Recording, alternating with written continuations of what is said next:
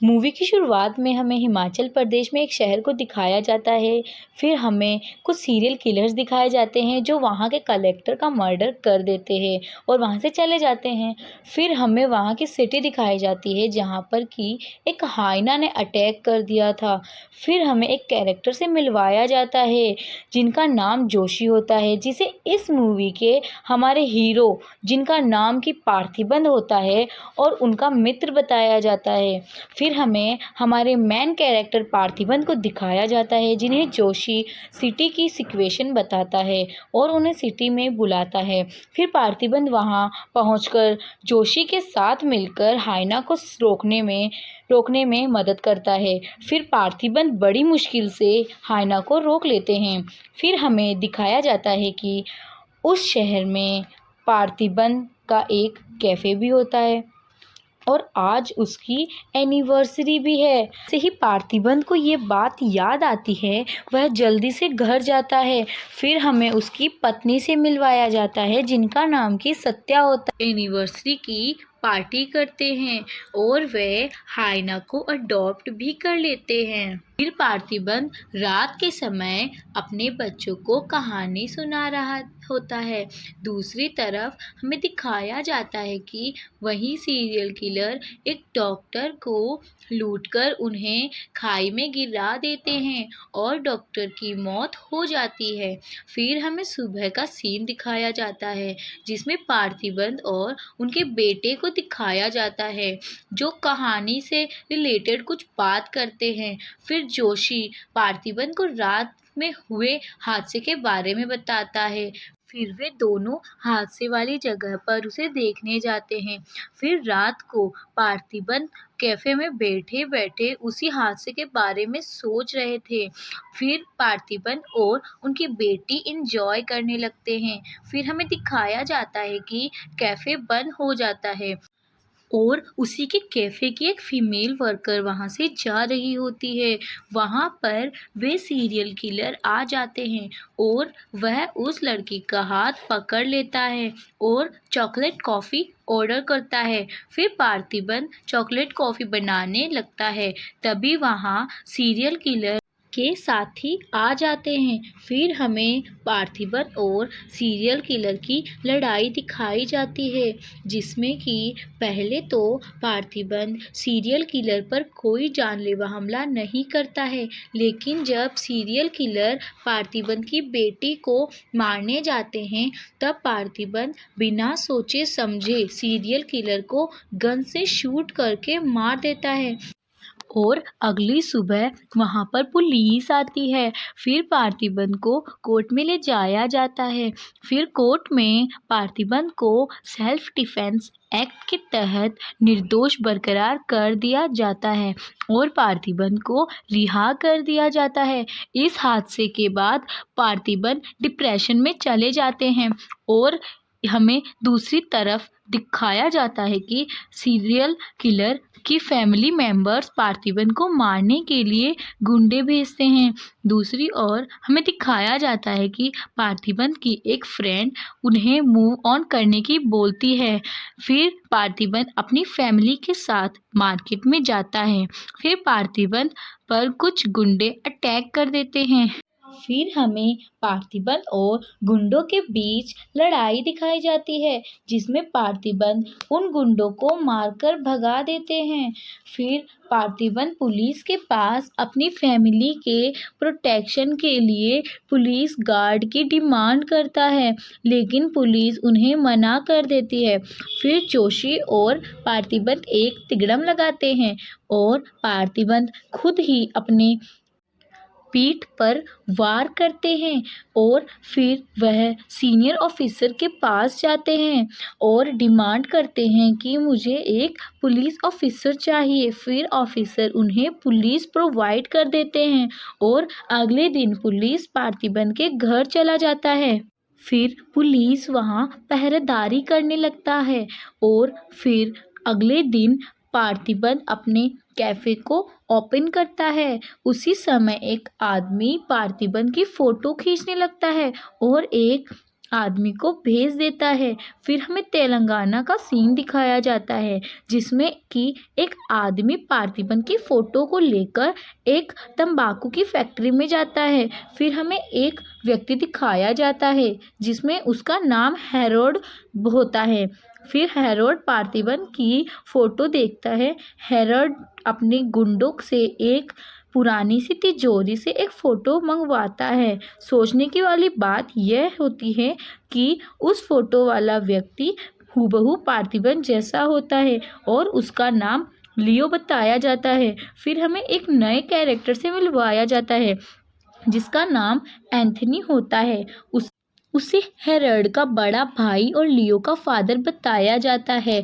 हमें फिर दिखाया जाता है कि एंथनी पार्थिबन से मिलने के लिए वहाँ से निकल जाता है। दूसरी तरफ हमें दिखाया जाता है कि पार्थिबन अपनी फैमिली को प्रोटेक्ट करने के लिए हथियार बना रहा होता है। अगले सीन में हमें दिखाया जाता है कि एंथनी पार्थिबन से कैफ़े में मिलने आता है।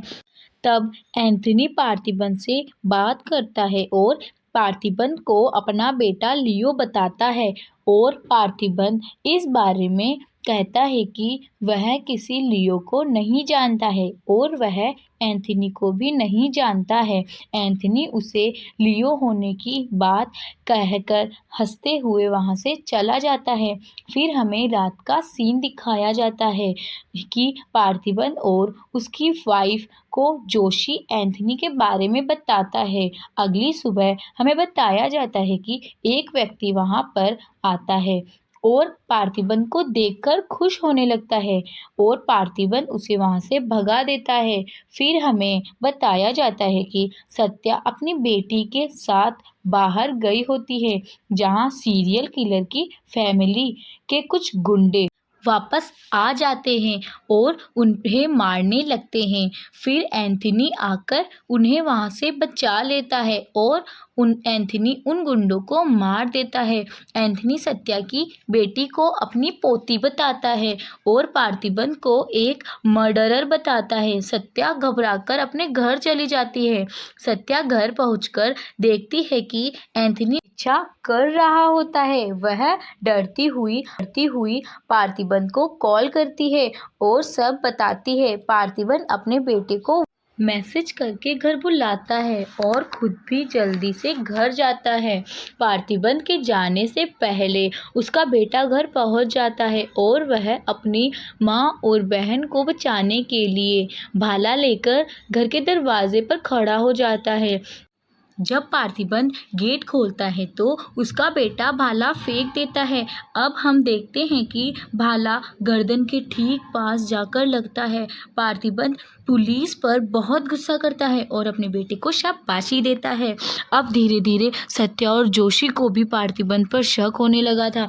सत्या काम के बहाने से पार्थिबन के कुछ पुराने दोस्तों से मिलने जाती है और सच्चाई का पता लगाने लगती है।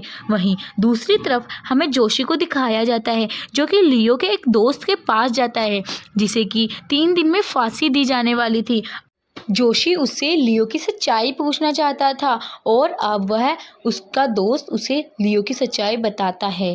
वह कहता है यह बात है 1999 में आंध्र प्रदेश की मशहूर तंबाकू फैक्ट्री हुआ करती थी जिसके 2 मालिक थे।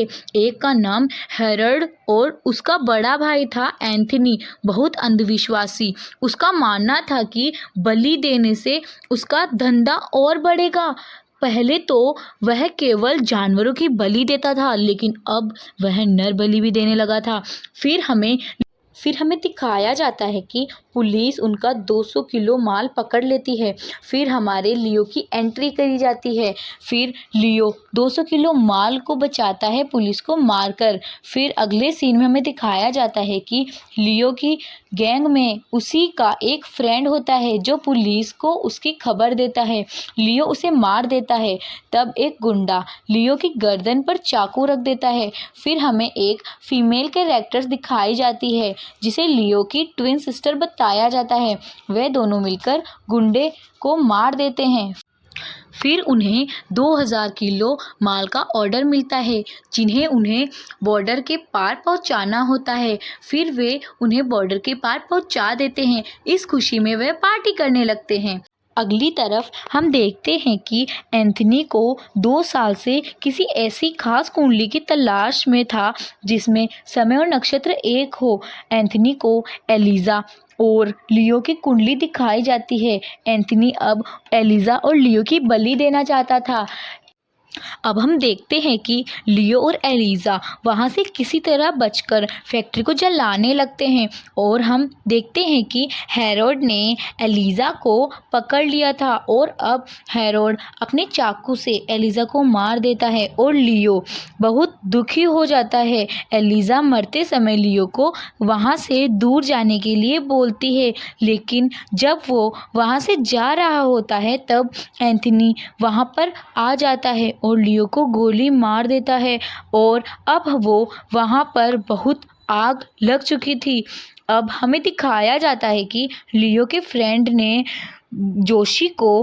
जोशी को कहा कि यही लियो की कहानी है और किसी की ज़िंदगी खराब मत करो। दूसरी तरफ हमें दिखाया जाता है कि सत्या को भी सबूत नहीं मिलता और वो वहाँ से चली जाती है।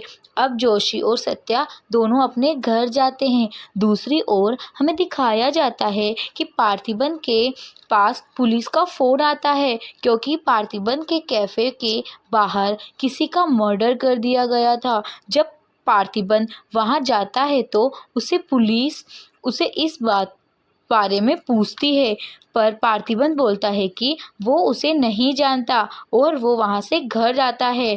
घर पहुँचने पर पुलिस उसे एक कुरियर दिखाता है जो सत्या के लिए था।